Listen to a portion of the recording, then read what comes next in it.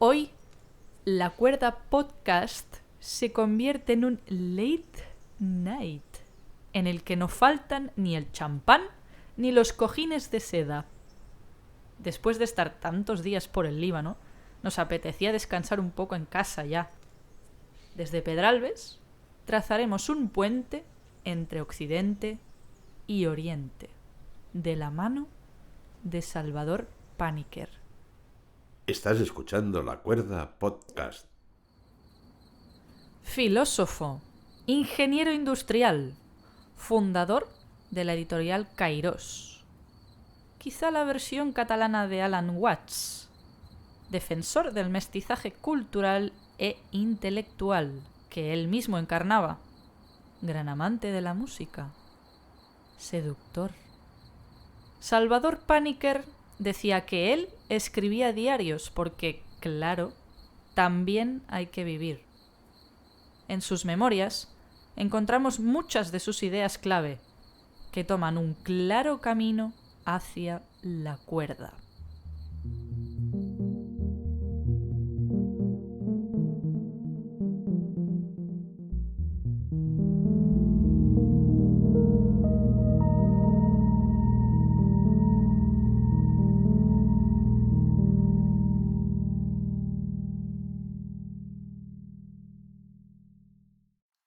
Para abrir nuestro episodio de hoy, comenzaremos mencionando un par de apuntes que Salvador Paniker hace en sus diarios, en donde, por ejemplo, encontramos una alusión a Wittgenstein, el famoso filósofo del lenguaje, en donde Paniker nos cuenta cómo Wittgenstein hablaba sobre los hematomas que se produce el entendimiento al tropezar con los límites del lenguaje. Y por eso mismo consideramos que Salvador Paniker, más que tener que traerlo a la cuerda, él ya estaba en la cuerda antes de que nosotros hubiéramos nacido. Sí, estaba por ahí flotando. Por ejemplo, también nos comenta cómo un conocido suyo, el escritor Vázquez Montalbán, decía que de todas las traiciones que comete el intelectual, solo hay una grave, que es creer que ha entendido algo por el mero hecho de haber sido capaz de ordenar una determinada parcela del lenguaje. Y justamente este permanente forcejeo con los límites del lenguaje era una cuestión que a él le caía muy de cerca y que él explotaba activamente en su obra literaria, hasta el punto de que lo conectaba directamente con su manera de relacionarse en sociedad. Podría decirse que Salvador Paniker tenía lo que le llamaríamos un puntito narcisista, un poquitín egocéntrico, pero de forma más o menos disimulada, ¿no? Era una persona que se sabía brillante y le gustaba gustar. De hecho, él lo denomina... O sea, él lo que dice textualmente es: soy un tipo egocentrado. Egocentrado. Esa es la palabra que utiliza, que yo no sé por qué no usa egocéntrico directamente. Pero egocentrado parece como que quiere decir que va más todavía. Hombre, yo creo que suena mejor, ¿no? Porque egocéntrico es casi como un insulto. Sí. Eres un egocentrado. Es como, gracias. Sí, sí. Y bueno, sin entrar al detalle en sus andares y en sus escarceos por la sociedad y la aristocracia catalana, lo que sí que diríamos es que esta cuestión, que a priori puede parecer muy elevada, metafísica y divorciada de todo lo que nos atañe en la sociedad, él se la tomaba muy a pecho y se la hacía muy propia en la medida en la que consideraba que, llevando el lenguaje hasta su límite, podía surgir lo que él consideraba que era la verdadera comunicación, la comunicación profunda. Justamente como tú comentabas, ¿no? Paniker se dice de sí mismo que es un tipo muy egocentrado y que le fascina el misterio de la comunicación real. El problema entonces es, ¿qué es la comunicación real? Entonces, claro, desde alguien que se ha pasado mucho tiempo en la cuerda, lo que resulta bastante tentador decir es que la mayoría de cosas que tenemos para comunicar son simplemente lugares comunes, clichés desgastados, automatismos, cuestiones derivadas de nuestras neurosis, ¿no? Entonces Paniker se pregunta, ¿cabe comunicar algo que no sea mínimamente mostrenco? Algo que no sea común, ya que justamente lo común es el origen de la comunicación, ¿no? En la medida en la que tú y yo nos podemos entender es porque tenemos una base común. Sí. Si lo que tenemos ya está en común, ¿para qué tenemos que decirnos nada? Y si nos decimos algo sobre cosas que no son enteramente diferentes y no tenemos en común, ¿cómo es posible comunicarnos? Ya, pero ¿aquí a qué se refiere? ¿A la temática de las conversaciones o a la conexión entre las personas? Porque ¿qué es una comunicación profunda? O sea, yo estoy contigo aquí hablando y ¿qué define nuestra comunicación profunda realmente? Que estemos tratando temas de la cuerda bastante complejos, igual que caen fuera de... Yo creo que en un sentido amplio, nuestra comunicación incluye toda una serie de normas sociales interiorizadas, de respetar los turnos y los silencios, de entender que ahora mismo estamos aquí sentados teniendo una conversación, entender que esto es un micrófono y se le tiene que hablar a él.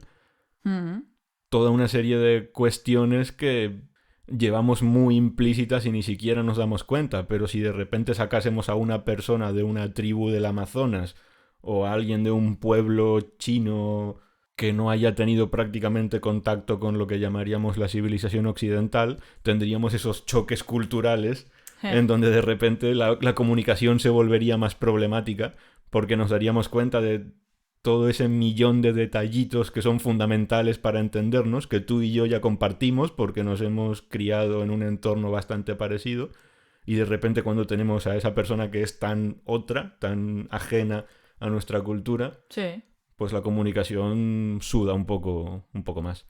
ya. Yo creo que en ese sentido nos encontramos en esa dicotomía de que en la medida en la que ya tenemos cosas en común, podemos comunicarnos cosas que ya tenemos en común.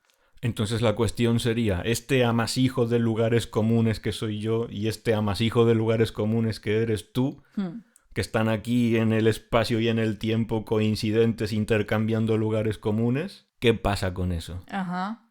Justamente lo que Paniker nos diría es que mientras no podamos llevar el lenguaje hasta su límite, estaremos limitados a ese juego vacío de ocupar el silencio con, como hemos dicho en este programa, ruiditos graciosos que hacemos con la boca. Y así se nos pueden pasar los días y los meses y los años y toda una vida en la cual habremos hablado mucho sin haber dicho nada que verdaderamente toque la fibra profunda de lo que somos o podríamos llegar a ser. Esto, una pequeña tangente, ¿no? Pero Paniker tenía un punto, no sé, ¿tú dirías mujeriego? Vaya. Era un poquitín... no lo digo yo, lo dicen sus hijos y todo el mundo. Vale. Digamos que era un poquitín un Don Juan. Y bueno, cada uno se justifica como quiere las cosas que hace, pero él tenía activamente integrado, de nuevo, en su faceta literaria, el hecho de que la comunicación erótica era una herramienta especialmente potente con la cual trascender ciertos límites del lenguaje. Digamos que es una manera en la cual podemos bajar la guardia, deshacernos un poco de nuestra armadura de ideas preconcebidas y de automatismos y de neurosis y mostrarnos un poco más en nuestra faceta desnuda, no solo desnuda físicamente, sino revelando aquello que hay debajo de todo nuestro condicionamiento social. Bueno, y que con esto que no hay, el erotismo no hay que confundirlo con el sexo o la pornografía o sea, es diferente. Correcto. De hecho, el propio Salvador Paniker siempre decía que a él la pornografía no le gustaba. Porque, bueno, sin irnos mucho por las ramas, ¿no? Pero cuando entremos un poco en el tema, lo que él diría es que la pornografía es una especie de manifestación dentro de una cultura medio enferma. Cultura de lo explícito igual, más que de lo que sugiere. Pues y lo mira, que, me ha gustado la palabra explícito porque justamente claro. si en algo incidiremos es que en Occidente tenemos un problema de ser demasiado explícitos, ¿no? Como por ejemplo hemos tratado con Taleb el tema de que una cosa solo es real y relevante si se puede cuantificar, explicar, exponer, productizar y paquetificar, ¿no? En ese sentido buscamos que las cosas sean conceptualmente explícitas y enseguida nos ahogamos y nos perdemos cuando la realidad tiene matices de gris que escapan a esa capacidad de ser separada en componentes lógicamente bien definidas.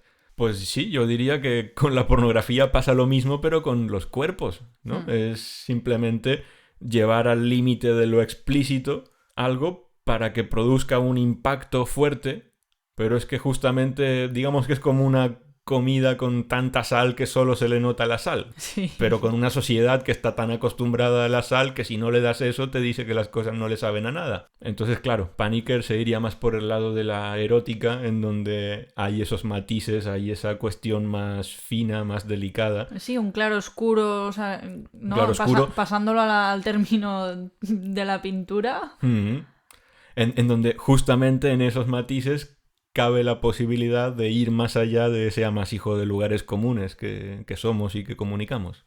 Y bueno, siguiendo este puntito que podríamos llamar un poquitín egocentrado, lo que Paniker nos dice sin ningún tapujo es que él ha conocido a muy pocas personas interesantes.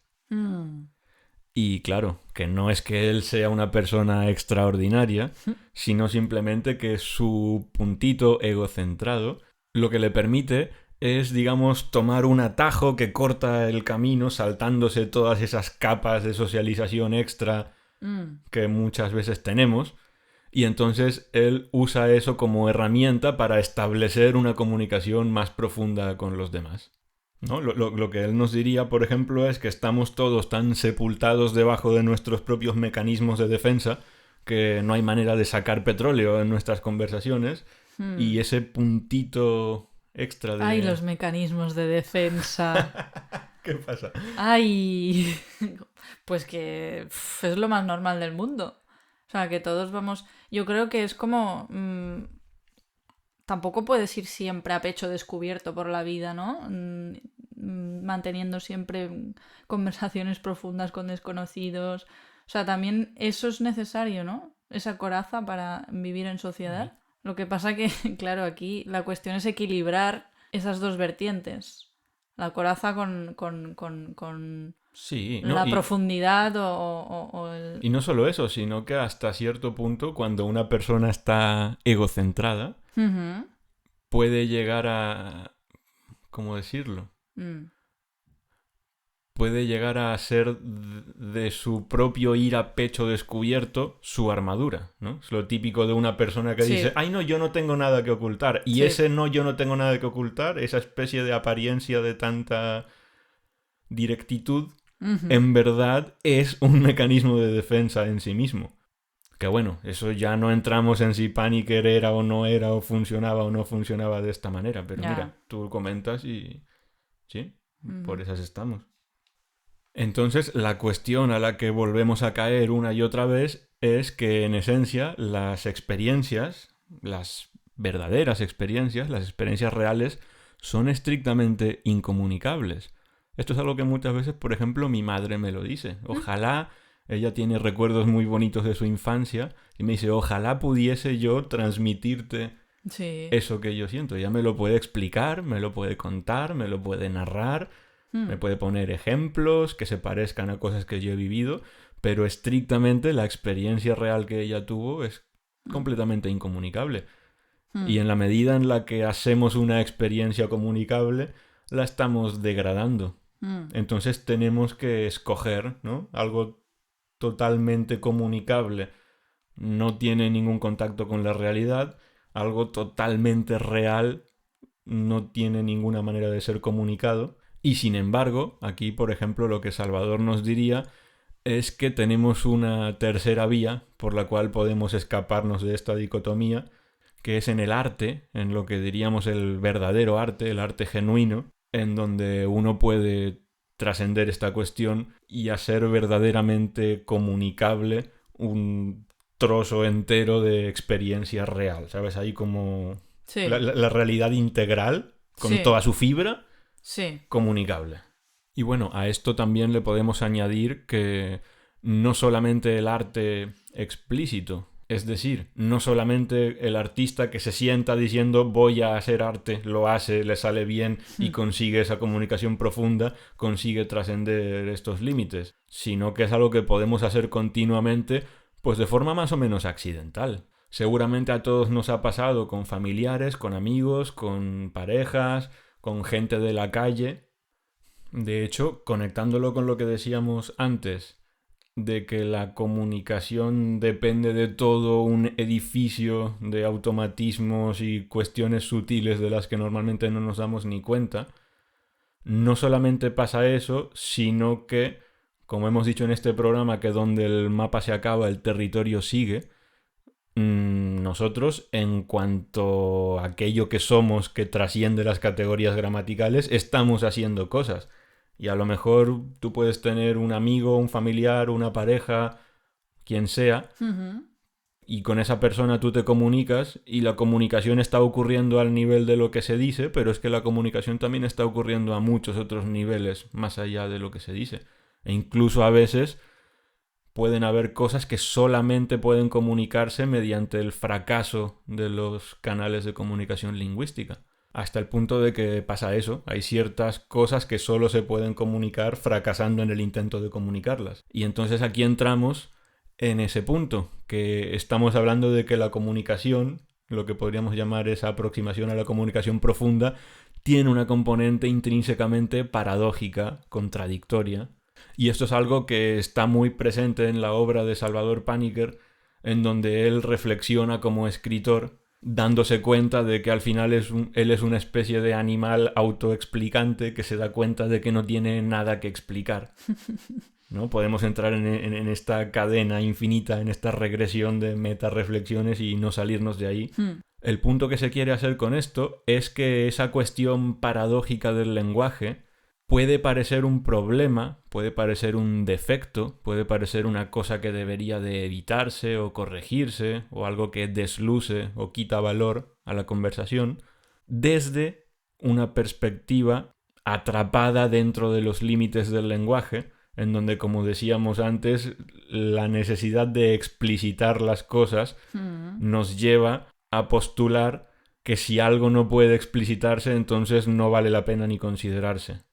Sin embargo, desde una perspectiva más abierta que pueda captar aquello que está ocurriendo más allá de los límites del lenguaje, a pesar de que sea eso algo estrictamente inefable, nos encontramos en la situación de decir que no, esto, como dicen los programadores, it's not a bug, it's a feature. O sea, no es un defecto, es algo activamente bueno y necesario. Así como decíamos con Taleb que hay ciertas parcelas de la realidad que solo se nos abren experiencialmente mediante la práctica, pues aquí diríamos en forma parecida que hay ciertas parcelas de la realidad, en este caso de la realidad comunicativa, que solamente se nos abren en la medida en la cual fracasamos mediante el intento de la comunicación explícita y con lenguaje. Sí. Aquí se me ocurre algo que dijo Virginia Woolf en uno de sus diarios, que igual esta frase se puede interpretar a nivel de libertad de expresión en general, pero yo me la tomo más como una apreciación metafísica que va acorde con lo que estás comentando ahora, que es que ella dijo: puedes encerrar tu biblioteca, en plan como ponerle cerrojos a los libros y quemarlos, hacer lo que quieras, pero lo que no puedes hacer es ponerle un cerrojo a mi mente. O sea, no hay cerrojo que pueda privarme de la libertad de mi mente. Como si fuera, ¿no?, una estantería con sus estantes bien definidos, que es donde guardo yo mis libros, y punto pelota, ¿sabes?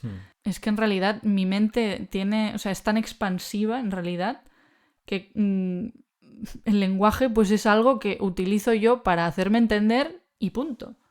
Y ya está. O sea, es imposible que pueda utilizar el lenguaje como si fuera una estantería de IKEA y ya. Y me quede ahí y punto. Y es que, ¿no?, y entonces eso ya lo he entendido, ¿no? Sí, sí. O sea, yo creo que esto nos recupera lo que decíamos también con Taleb de la diferencia entre un gato y una lavadora.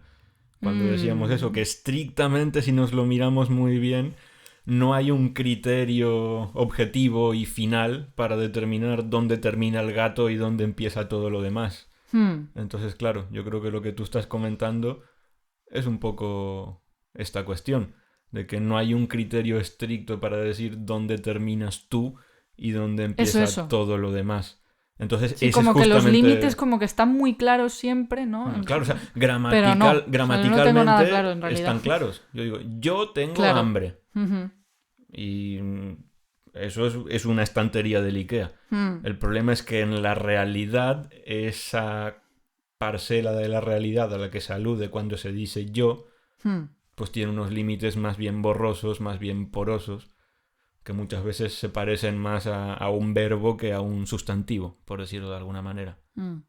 Y volviendo a insistir en el tema, y ya un poco tirando de eso, de las herramientas que hemos visto con Taleb, a mí me gustaría comunicar aquí con un cierto entusiasmo eso, las paradojas del lenguaje, la situación autorreferente en la cual el lenguaje se autodesintegra en su reentrada en la atmósfera de la comunicación, no es malo, no es un problema y no es un defecto.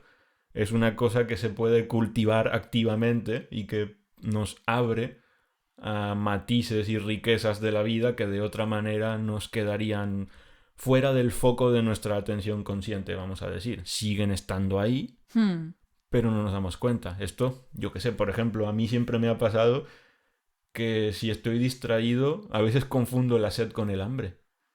Entonces a veces me ha pasado de estar yo comiendo pensando... Y claro, después te das cuenta de que estás comiendo... Siempre es hambre, Fede, siempre es No, hambre. suele ser sed. Oh, No, es que, claro, yo soy una persona que tiene fama de que siempre tiene hambre y siempre está comiendo, pero es que en verdad lo que pasa es que a lo mejor esto me ha contribuido a mi fama inmerecida. claro, ya Entonces, tu subconsciente ya sospecha, ¿no? A lo que voy, si una persona tiene sed y se piensa que tiene hambre, sigue teniendo sed. Lo que pasa es que tiene sed y no se da cuenta. Y está desconectada de esa realidad más profunda que es que tiene sed. Y está confundida por otra conceptualización que le lleva a concluir que tiene hambre. Pero bueno, más allá del tema, y ahí cada uno que pruebe, ¿no? Si tienes hambre, bebe primero y mira qué pasa. Yo lo que diría, y de nuevo, como he dicho varias veces, porque yo he sido culpable y a lo mejor en cierta medida soy culpable de esto a lo largo de mi vida, no ser tan rápidos, no tener ese gatillo tan fácil para criticar o quitarle su importancia a las cosas que no tienen ese aspecto racionalmente limpio y puro.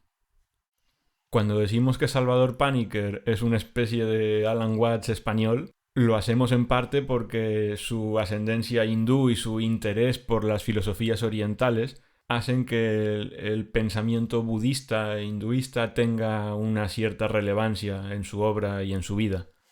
Y desde esa perspectiva más budista, más oriental, es donde él nos plantea que al introducir el lenguaje obtenemos la ganancia de la cultura, de la comunicación, de la ciencia, lo que hemos dicho de lo explícito, pero al mismo tiempo quedamos ciegos para lo realmente real. Digamos que quedamos enajenados por esta cuestión de que de repente estamos operando al nivel del menú y se nos olvidan los platos. Una frase que él tiene que me parece muy divertida a colación de esto es la de que precisamente lo que no puede decirse fundamenta lo que se dice y que justamente por eso en el principio jamás fue el verbo. A mí me hace mucha gracia porque la idea esta de que en el principio era el verbo, ¿no? Eso es un pilar ahí muy importante, está en la Biblia, es como está en la base de la civilización, del pensamiento occidental.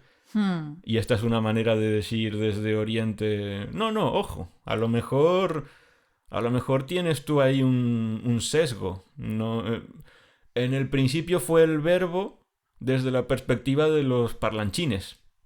Pero desde la perspectiva de alguien que no habla, no quiere hablar o no tiene nada que decir, el verbo es una cosa relativamente superflua y en el principio fue lo que estaba ahí. Antes, previo a la conceptualización, a la disección, a las estanterías del IKEA que nos montamos con el lenguaje. Pero a lo mejor es una manera, vale, sí, harto paradójica de explicarlo, pero a lo mejor es una manera de decir justamente que al principio fue el verbo, que el verbo implica acción. Y el verbo implica... Uy. Toma verbo. Exacto. El verbo implica que ha ocurrido algo. Entonces yo te lo explico con palabras, pero no es un adjetivo ni es un... ¿no? Pero ahí está el problema. El verbo no implica que ha ocurrido algo. El verbo implica que tú dices que ha ocurrido algo. Estás mediatizando la realidad. Algo ha ocurrido. Sí, pero es hay como que decir, explicarla. no, ese es el problema. Ah, Un árbol se cae en el bosque. ya. Y ya tiene que venir luego el tonto de, "Ay, ¿hace ruido o no hace ruido?". Pues cállate la puta boca y deja al árbol tranquilo. Estás escuchando La Cuerda Podcast, el programa que empieza donde las palabras acaban. Y justamente son muchas tradiciones orientales las que han sabido explotar activamente esta cuestión, de que en el principio jamás fue el verbo. Entonces, por ejemplo, tenemos tradiciones como el Zen, el budismo Zen, que es intrínsecamente autocontradictorio y paradójico. Y sin embargo consigue transmitirse. Y son corrientes Sí. de sabiduría ancestral que siguen vivas y bollantes hoy en día. Entonces, mira, esto es una tontería, ¿eh? Pero a mí me recuerda, tú buscas por internet en sitios chorras y te encuentras un fact sobre el mundo que te dice, según las leyes de la física, las abejas no deberían de poder volar. Es como las abejas vuelan y nadie sabe por qué. Vaya. Spoiler alert, no. O sea, las abejas vuelan y la física lo entiende perfectamente, no sorprende a nadie. Ajá. Pero la cuestión es que cuando eso lo lee alguien que tiene muchas ganas de sorprenderse, dice, ¡ay! ¿Qué dice? ¡Ay! O sea que las abejas son como una especie de error de la naturaleza. Sí. Y es como, no, el error es tu entendimiento limitado. Mm. Entonces aquí pasa un poco lo mismo. Si alguien dijese, ¡ay, qué sorprendente!, ¿no? ¿Cómo se puede transmitir algo de una manera paradójica, de una manera en que el meollo de lo que se transmite va más allá de los límites del lenguaje, de lo que se puede explicitar? Es como, vale, si quieres sorprenderte, sorpréndete. Pero lo que debería de sorprenderte no es tanto el hecho de que eso sea así, sino de que tú tengas las limitaciones que tienes que te hacen parecer sorprendente ese hecho. No sé, Y si, esto- no sé esto- si me explico. Esto es un Zasca made in Fede. Bueno, pero es un zasca así como al aire, ¿sabes? Como Descafeinado. a la multitud, como a quien le toque. Pero no va por nadie en concreto, o si acaso Ajá. por el Fede del pasado. Y aquí Paniker nos habla explícitamente de lo que decía su maestro y su amigo Alan Watts. ¿Eran amigos? Bueno, él en algún momento dice mi amigo Alan Watts. Yo no sé si se refiere a que es su amigo intelectual de ideas parecidas o si realmente se han carteado o se han conocido, pero sabiendo que Paniker le editó un montón de libros, no me extrañaría de que hubiesen mantenido Sí, por sí, lo menos coincidieron. una relación O sea, epistolar. no coincidieron. No, pero que eran... Por lo menos hicieron negocios. Sí, sí, sí. O sea, que se han tenido que hablar. Pero bueno, que como decía Alan Watts, todo verdadero maestro es un tramposo. Esa figura que tiene del trickster guru, un poco del Joker, del que te da la colleja, o sea, que lo que hace no es dentro de tus esquemas ponerte un mejor amueblamiento mental, sino darte la colleja que te desmonta esos esquemas para que te caigas en un modo más amplio de estar en el mundo. De hecho, Paniker en sus diarios describe al gurú de la siguiente manera. Él dice, el gran secreto es que estamos liberados ya y que, en consecuencia, ningún gurú puede enseñarnos nada. Cosa que, por otra parte, no se cansan de repetir los maestros zen. Como decía el viejo Te Shan Xuan Qian, si me preguntas, te daré 30 golpes. Si no me preguntas, también te daré 30 golpes. Es decir, ¿por qué me tratas como a un maestro? O también la única función del gurú consiste en hacernos comprender que no necesitamos ningún gurú. Lo que Paniker nos comenta de forma un poco jocosa es que de algún modo ya nos entendemos cuando decimos que no nos entendemos. A pesar de que Lao Tse decía que los que hablan no saben y los que saben no hablan, él mismo tuvo que escribir un libro para decir esto. Y eso nos lleva por enésima vez a insistir en que en el corazón de la verdadera comunicación, de la comunicación profunda, hay una componente paradójica de la cual no nos podemos escapar, sino que más bien deberíamos de abrazarla activamente. Porque, como nos diría Salvador, a fin de cuentas, cualquier cosa es inefable. O como diríamos en la cuerda, ¿Qué diríamos en la cuerda? por muchas vueltas que le demos, el menú es una cosa y el plato es otra. Una manera un tanto alegórica que tiene Paniker de abordar esta cuestión sería la de decir que la magia es ante todo cuerpo. Yo creo que esto es una cosa que entendería cualquier persona que haga baile, expresión corporal. Incluso cine. Los artistas en general, tal vez. Pero bueno, aquí citamos a Salvador. Nada más intrincado y bello que el movimiento espontáneo de un leopardo. Nada más pobre y esquemático que nuestro lenguaje conceptual. Entonces, claro, aquí él nos comenta, digamos, el desconcierto que le produce, la desproporción entre el simplismo del lenguaje conceptual y la complejidad del mundo. Es como decir, tenemos ese mundo que tiene trillones de dimensiones y las colapsamos todas en una sola dimensión de encadenar una palabra detrás de la otra. Y sin embargo, de alguna manera conseguimos entendernos.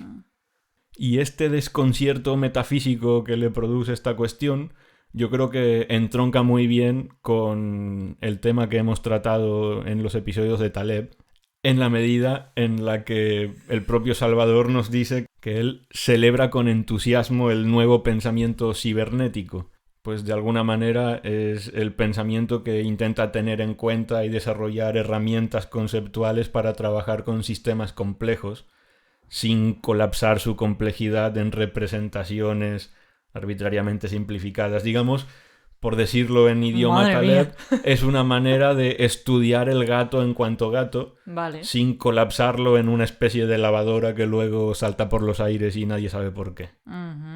De hecho, hace 25 o 30 años, cuando Paniker estaba escribiendo esto, la palabra cibernética todavía causaba un impacto en la sociedad como una cosa novedosa, rompedora, de la última. Ahora mismo yo creo que la palabra cibernética pues no sorprende a nadie. Pero en su momento estaba más fresca y justamente hace alusión a esto, al estudiar los sistemas complejos con toda su red de interrelaciones en bucles cerrados, cuando una cosa afecta a la otra y la otra afecta a la una, y por lo tanto no las puedes separar conceptualmente, y cuando tocas una cosa es como si lo tocaras todo. En ese sentido, yo diría que Paniker y Taleb podrían tomarse unos cafés y entenderse la mar de bien. Y la palabra, la expresión que Paniker usa para esto es lo que él le llama el arte de navegar. Uno ha de vivir la vida buscándose, cultivándose su propio arte de navegar. Yo esto lo conectaría con el arte de improvisar también. O el arte flaneurista. Exacto. Talebiano, ¿no? Sí. Porque, por ejemplo, tú cuando improvisas siempre estoy hablando de lo mismo, pero porque a mí me gusta mucho improvisar cuando toco música, y porque me gusta sorprenderme a mí misma y no aburrirme a mí misma tocando siempre lo mismo, y al final pues de repente caes en una situación que, como decía Sonny Rollins, no sabía que eso estaba ahí, no sabía que podía tocar así, o no porque toques muy bien, sino porque, ostras, de repente ha ocurrido algo completamente inesperado. Y lo que pasa es que cuanto más cultivas eso, más sabes hacerlo. O sea, es como es el arte este de navegar, pues el arte de improvisar es lo mismo, ¿no? Claro. Exactamente. Que al principio es como, ¿cómo coño hago esto yo ahora? Si lo único que sé es tocar con partitura o seguir unas determinadas pautas. Y de repente, a medida que vas haciéndolo más y más y más, pues te vas perdiendo, pero en realidad como que ¿sabes? Sí, ya nos entendemos cuando decimos que no nos entendemos. Exacto, sí, total. A mí lo que me viene a la cabeza con esto que dices es muy directo. Es un caminante no hay camino, se hace camino al andar. La cuestión es esa. El poeta también conoce. La cuestión es que hay quien hace caminos mejores, más bonitos, digamos, y hay quien hace caminos más tortuosos. Hay quien hace caminos que van a un precipicio. Sí. Pero en cualquier caso, el camino está por hacer. Un poco como cuando decíamos que las cosas que van a determinar el futuro están en el futuro, porque si estuvieran en el presente, el futuro sería ahora. Y ya para ir cerrando el episodio de hoy, vamos a intentar una especie de pirueta semántica y lógica con la siguiente reflexión de Salvador, que nos comenta muy acertadamente que desde dentro del lenguaje solo podemos concebir el infinito como una negación.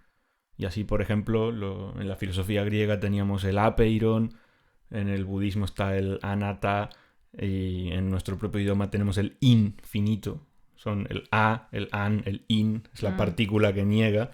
En cierta manera estamos haciendo ahí un poco de vía negativa y lo estamos delimitando diciendo lo que no es. Sí.